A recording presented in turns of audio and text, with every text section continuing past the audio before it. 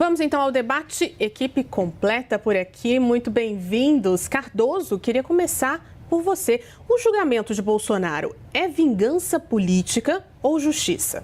Olá, Juliana. Olá, Caio. Eu fico pensando, ouvindo essas palavras do senador Mourão, no sentido de quem seriam os vingadores. Ou seja, ele passa a ideia de que há uma conspiração que tem por objetivo prejudicar Jair Bolsonaro e aqueles que praticaram a tentativa de golpe que culmina com os eventos do dia 8 de janeiro. Quem são os conspiradores? Quem são os vingadores? Bem, se dirá, Alexandre de Moraes é o principal. Bem, só que as decisões que ele toma são tomadas em conjunto com os outros pares da turma. Bom, então os vingadores são o Supremo Tribunal Federal. Mas a Polícia Federal é que fez a investigação. E a Polícia Federal é um órgão autônomo, pertence ao Executivo e atua com absoluta independência funcional dentro deste campo, conforme todos nós reconhecemos. Então a Polícia Federal também seria um vingador. Então seria o Supremo e a Polícia Federal? Não, mas o Ministério Público, outro órgão autônomo e independente, é quem endossou as investigações da Polícia Federal. Então fariam parte Supremo Tribunal Federal, Polícia Federal, Ministério Público. Bem, mas a maior parte dos juristas, embora discorde de um ponto aqui, uma decisão acolá, etc., entende que está mais do que provado o golpe. Ou seja, basta ver os jornais e nós vamos ver todos os juristas, salvo honrosas exceções, que entendem que está absolutamente provado. Então, os juristas participariam também dessa conspiração. Mas há um outro dado. Recentemente, uma pesquisa foi divulgada que 55% dos brasileiros foram favoráveis e opinam favoravelmente à prisão de Jair Bolsonaro domiciliar, como foi decretada pelo ministro Alexandre de Moraes. Então, o povo também faria parte dessa conspiração. Ou seja, Ministério Público, Polícia Federal, Supremo Tribunal Federal, juristas e povo, todos estariam tentando fazer uma vingança política. Quem é a vítima? Quem é a vítima dessa grande conspiração? Jair Bolsonaro e aqueles que o defendem. Francamente, essa história me lembra aquele soldado que, marchando em descompasso com o batalhão, se disse: "Você está marchando errado." Ele disse: "Não, quem está marchando errado é o batalhão." Ou seja, é evidente que todo mundo, a grande maioria, a insonoridade brasileira, entende que existe, que houve um golpe. E está provado nos autos, absolutamente indiscutível, tentativa de assassinato demonstrada, plano de assassinato demonstrado, reunião com generais demonstrado, um conjunto de situações que passa por delações e um conjunto de provas inafastáveis que mostram a existência do golpe. Tanto que, efetivamente, muitas das defesas não atacaram a existência do golpe processualmente, porque era impossível. Então, enquanto fazem o discurso político, não houve golpe, lá no processo dizendo: "Olha, meu cliente não participou, viu?" Ou seja, não negam o golpe. Meu cliente não participou. "Olha, tem uma nulidade processual aqui, tá?" Isto realmente chega a ser espantoso. Ou seja, é tão claro, tão evidente, tão indicativo de que a verdade é una. Tentou-se um golpe de Estado que culminou com os eventos do dia 8 de janeiro, já pensado muito antes por Jair Bolsonaro, cuja história de vida já mostrava, desde que ele era deputado, muitos anos atrás, que ele dizia: "Basta eu assumir que nós vamos ter que mudar essa situação no país, porque o parlamento não resolve, nós temos que ter uma situação de autoritarismo evidente", como ele proclamava aos quatro ventos quando era Bolsonaro, quando defendia, quando era deputado, como também defendia torturadores. Ou seja, um homem que sempre defendeu uma coisa, fez esta coisa, há provas desta coisa, todos reconhecem isso, menos os que querem defender Jair Bolsonaro. Pode-se falar em vingança? Não. Isso é aplicação da lei. Isto é Estado de Direito.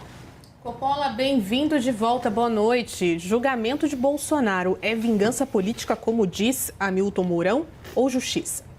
Olá, Juliano. Olá, doutor Zé Eduardo. Saudações à nossa audiência. Bom, em primeiro lugar, vamos conceituar o que é vingança e o que é justiça. Justiça, em sentido técnico, como bem disse meu estimado debatedor, é a aplicação objetiva e imparcial da lei.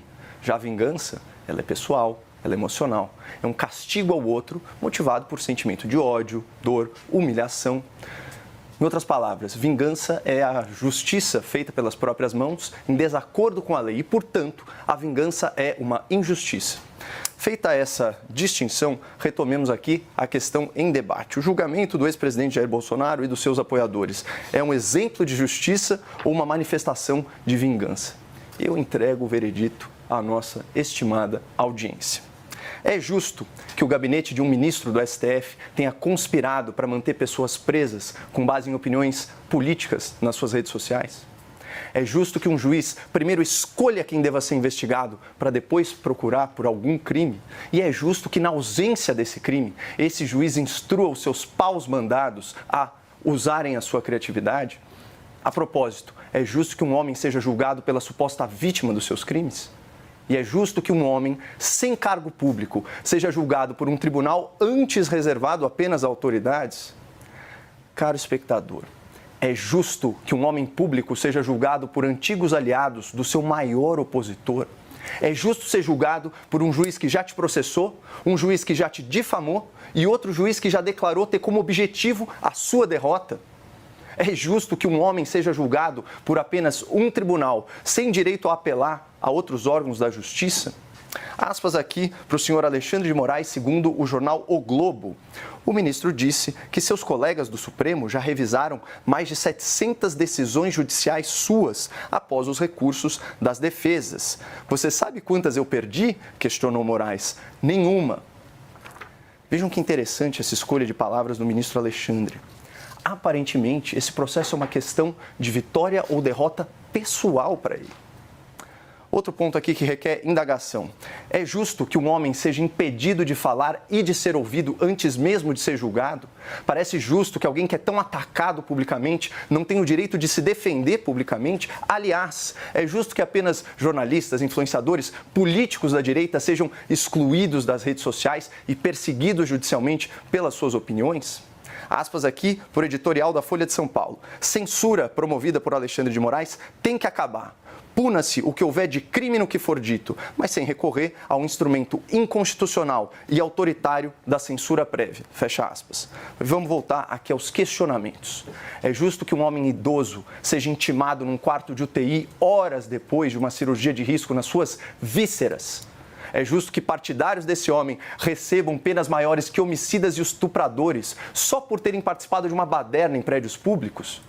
É justo que um aliado desse homem tenha sido preso por meses e torturado na cadeia, mesmo comprovando a sua inocência? E, finalmente, é justo que outro partidário desse mesmo homem, sem antecedentes criminais, tenha morrido sob custódia e sem julgamento, porque o Supremo ignorou os alertas da defesa e o pedido de soltura do Ministério Público? Responda no seu íntimo. Você acha que tudo isso que foi colocado aqui é a mais justa aplicação da lei ou são atos de vingança? Se for vingança, eu lamento o destino daqueles que hoje estão se vingando. Porque, como ensina a sabedoria popular, aquele que embarca numa jornada de vingança tem que cavar 2 covas. Vou trazer mais um ponto aqui para o nosso debate, porque assim como o senador Hamilton Mourão, o jornal norte-americano Washington Post defendeu que esse julgamento pode estabelecer um novo precedente. Mas no caso do jornal, o precedente será para a responsabilização política. Cardoso, qual deve ser o impacto do julgamento no futuro? Bem, eu acho muito importante, antes de responder a pergunta, que eu siga a mesma linha de raciocínio que o Caio seguiu, aliás, uma linha brilhante do ponto de vista de exposição. Mas a pergunta é justo que alguém tente um golpe de Estado e fique impune? É justo que alguém tente derrubar um governo eleito e fique impune? Bom, as provas são evidentes. E repito, não sou eu quem diz, é a Polícia Federal, é o Ministério Público, é o Supremo Tribunal, são os juristas, é a imprensa brasileira e mais, é a imprensa internacional. Nós vimos uma revista inglesa dizendo claramente que o Brasil dá um show de democracia e os Estados Unidos deveriam aprender com o Brasil. Uma revista inglesa, que me parece não é formada por esquerdopatas. Da mesma forma, o Washington Post, agora, que também não é brasileiro, fala a mesma coisa. Ou seja, será que está todo mundo errado? Ah, bom, mas eu vou discutir, olha, este caso aqui da citação, da intimação, eu posso discutir pontualmente diversas coisas, aliás, em qualquer processo, não apenas esse. Mas o que eu devo discutir é a prova substantiva, real, efetiva de que tentou-se um golpe de Estado. Não é possível dizer-se não. É sim, está claro, evidente. Mentiu a Polícia Federal, mentiu o Ministério Público, mentiram as testemunhas, mentiu o delator, todos mentiram, a imprensa mente, os juristas mentem, os jornais estrangeiros mentem. Não, não é possível. Então, portanto, acredito que o impacto desse julgamento, obviamente, haverá de ser analisado a posteriori, vamos aguardá-lo. Mas se ele for feito com base nas provas, nas evidências, no que está demonstrado, é impossível que Jair Bolsonaro e os réus que estão sendo processados não sejam condenados. A prova é evidente, é inconteste.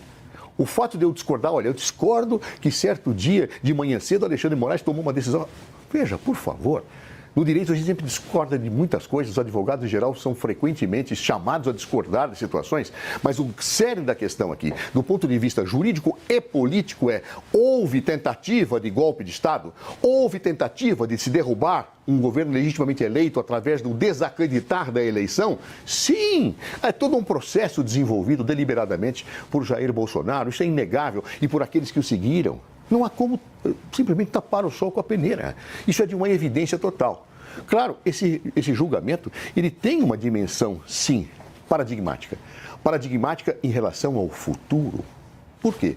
Porque aqueles que tentarem, daqui para frente, se houver a condenação, ofender a democracia, pisotear o Estado de Direito, derrubar governos agindo desta forma, com que Jair Bolsonaro e seus asseclas agiram, evidentemente nós terão que, como referência, algo que diz: a democracia brasileira não se submete àqueles que querem violá-la. A democracia brasileira não é uma piada que alguém pode, ao assumir o poder por meio dela, rasgá-la, arrebentá-la, depredá-la. Não. Há um exemplo que ficará para todas as gerações. Exemplo que os Estados Unidos da América não pôde dar, não conseguiu dar, como diz a revista inglesa que recentemente tratou desse assunto. Nos Estados Unidos da Inglaterra, talvez por não terem, os Estados Unidos da América, por não terem efetivamente uma história de autocratas assumindo o poder, não houve a vacina institucional que nós temos, porque nós vivemos ditaduras severas, terríveis. E nós aprendemos, então, a criar um Estado democrático que tem salvaguardas. E são estas salvaguardas que estão sendo aplicadas e que fazem com que uma Polícia Federal independente, um Ministério Público independente, um Judiciário independente, uma imprensa independente, a opinião pública brasileira, com 55% daquelas pessoas que se manifestaram em pesquisas, e a opinião pública internacional digam: não há nenhuma injustiça em condenar-se quem tentou violar o Estado democrático de direito. Coppola, o Washington Post fala em precedente para responsabilização política. Qual deve ser o futuro e o impacto do julgamento do ex-presidente Jair Bolsonaro e do núcleo 1 da trama golpista? Em primeiro lugar, trazer algumas pesquisas para contrapor os dados trazidos aqui pelo meu estimado debatedor. 42% do público acredita que a maior ameaça à democracia é o poder judiciário. 38% acredita que é o governo Lula. Esse é o primeiro ponto. 6 em cada 10 pessoas no Brasil hoje têm medo de expressar o que pensam, seja falando ou escrevendo e nas redes sociais. Também, de acordo com a consultoria Palver, 88% das mensagens virais apuradas em 100 mil grupos de Telegram e de WhatsApp dão conta que as pessoas reprovaram a prisão domiciliar, a decretação da prisão domiciliar do ex-presidente Bolsonaro. Quando vai para a mensagem orgânica, esse número cai um pouco, mas continua ainda 2/3 das mensagens. Ou seja, parece que há números para todos os lados e esse não é um argumento irrefutável. Finalmente, se o cerne da questão é se houve tentativa de golpe, nós precisamos recorrer ao direito penal e ao Código Penal, que estabelece de forma peremptória que tanto a tentativa de golpe de Estado quanto a tentativa de abolição violenta do Estado Democrático de Direito exigem para sua consumação ato de violência ou de grave ameaça, portanto, a coação física ou moral de outrem em prol de um objetivo antijurídico. O que as provas nos autos mostram, pelo contrário, é um presidente da República que resistiu a medidas drásticas e, inclusive, garantiu a transferência pacífica de poder, indicando para o comando das Forças Armadas, antes da posse do novo governo, os indicados pelos petistas. Não há fato mais claro da intenção de transição pacífica de poder. Finalmente, o direito penal brasileiro, ele não pune a cogitação nem os atos preparatórios, ele pune a tentativa, ou seja, quando a coisa é colocada em execução, o que não se verificou nesse caso. E de toda a brilhante argumentação do Dr. Zé Eduardo, me saltou aos olhos, aí, porque fugiu, foi um ponto fora da curva, essa justificativa de que Jair Bolsonaro passou a vida inteira defendendo ditaduras e tal. Ora, nós já fomos governados por uma presidente que era uma terrorista de um grupo armado, revolucionário, que queria instaurar uma ditadura comunista no país. E da mesma forma, várias pessoas ligadas à esquerda, ao lulopetismo, que têm esse histórico. Então nós precisamos acreditar que as pessoas têm a capacidade de evoluir e não julgá-las aí pelas ideologias do passado, mas sim pelas ações do presente. E mais importante que isso, nós temos que respeitar o princípio da pessoalidade da pena. Ou seja, as penas devem ser restritas às ações daquela pessoa. Mostrem-me uma prova que vincula Jair Bolsonaro a qualquer ato ou ordem violenta e eu abro mão da defesa do devido processo legal.